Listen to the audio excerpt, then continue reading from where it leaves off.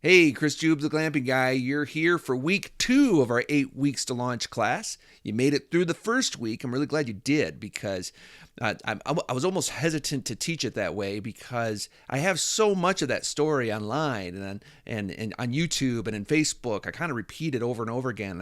I speak, whenever I speak or I'm on podcasts, I always repeat that story. But I'm glad you went through it because you probably heard some things that you didn't know before.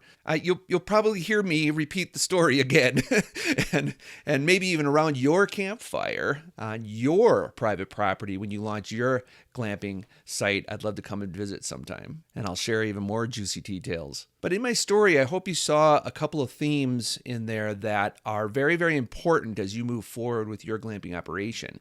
First theme is that I hope you realize that the neighborhood opposition was actually good for me. I find that very useful to keep in mind, that when a neighbor or a government yellow jacket or you just face opposition, it actually does make you stronger. What my neighbor, well, she still intends for evil, wants to shut me down, intends evil for me, it actually ends up as good for me because I was able to legitimize my business, go through the permitting processes, and set up my glamping operation. Look, permitting is a pain. I don't like it either. But it builds legitimacy in your local community and among your neighbors. I've had neighbors pull me aside and go, I really like what you're doing, Jube.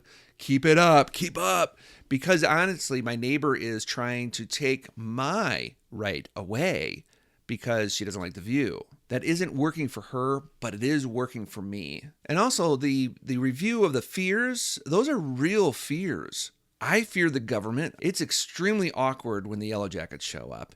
I fear going into meetings with the county or with having the building department show up and getting letters in the mail. Those are fearful moments.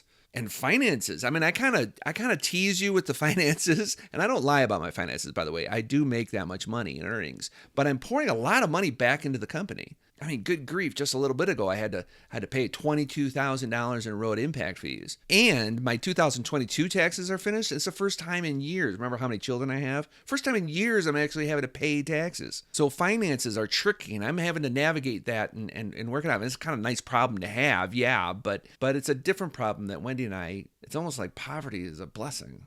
Oh man.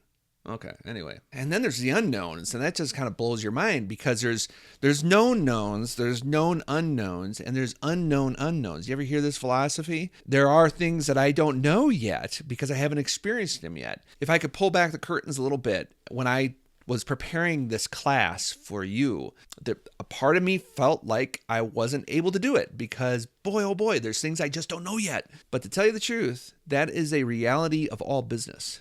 There are a lot of successful glamping guys out there. They're just not teachers like me. They're busy earning a lot of money on their private property. That is what I want you to do in your glamping operation. But I, as well as you, need to move forward in those unknowns and just deal with them when they come up.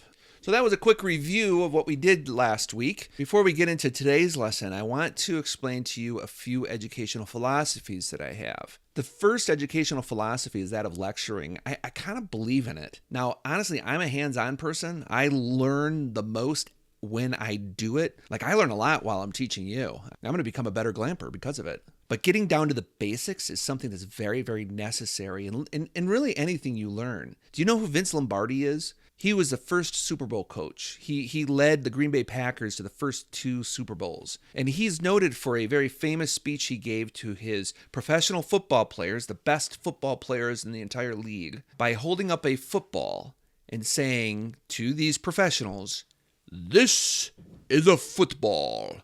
I'm kind of doing the same thing. This is glamping. And I want to share with you what glamping is to the most basic level. That's why the first sessions together are really the basics. That's why I share you the basics of my story last week, the fears. Today we're going to go into the history and the definition of glamping.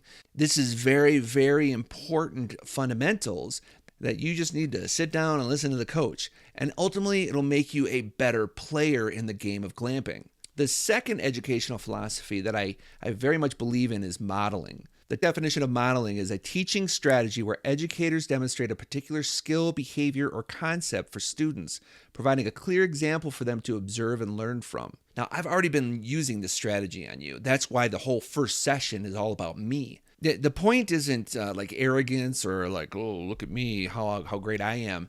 The point is that, hey, I'm doing it this way, and I want you to model me and do even better. Glamping has certain fundamental concepts that if you apply them, you will succeed. This whole idea of modeling is true for all areas of education, formulas and framework. In my English teaching, I had basic intro, body, and conclusion on how to write a paper.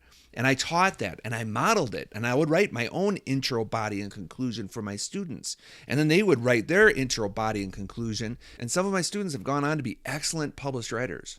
And in my debate world, I would teach students to write a basic harms plan solvency case. I mean, that structure just plain old works, and it persuades judges that you're right and your opponent's wrong. If you show the harms in society and then how your plan will solve those harms, that is a very persuasive argument. I mean, heck, even go back to the ancient Greeks. They had their own formulas and framework. Look at Aristotle, ethos, pathos, logos. That's the basic rhetoric. You master those frameworks, you'll become better at whatever skill you're trying to master. You're going to be mastering glamping. So the frameworks I give you should be frameworks that you master, and I will always model that for you. And the last educational philosophy that I want you to be aware of is one that ties to my debate coaching, and that's called let the research guide you.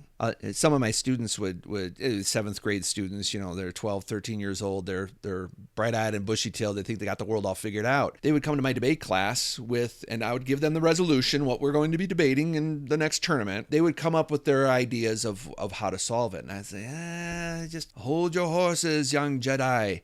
What you need to do is you need to research more about the topic. There's a whole think tanks and politicians and advocacy groups and philosophers and all there's people who dedicate their whole lives to these topics. Well, a much more successful strategy is to study the people who have come before you.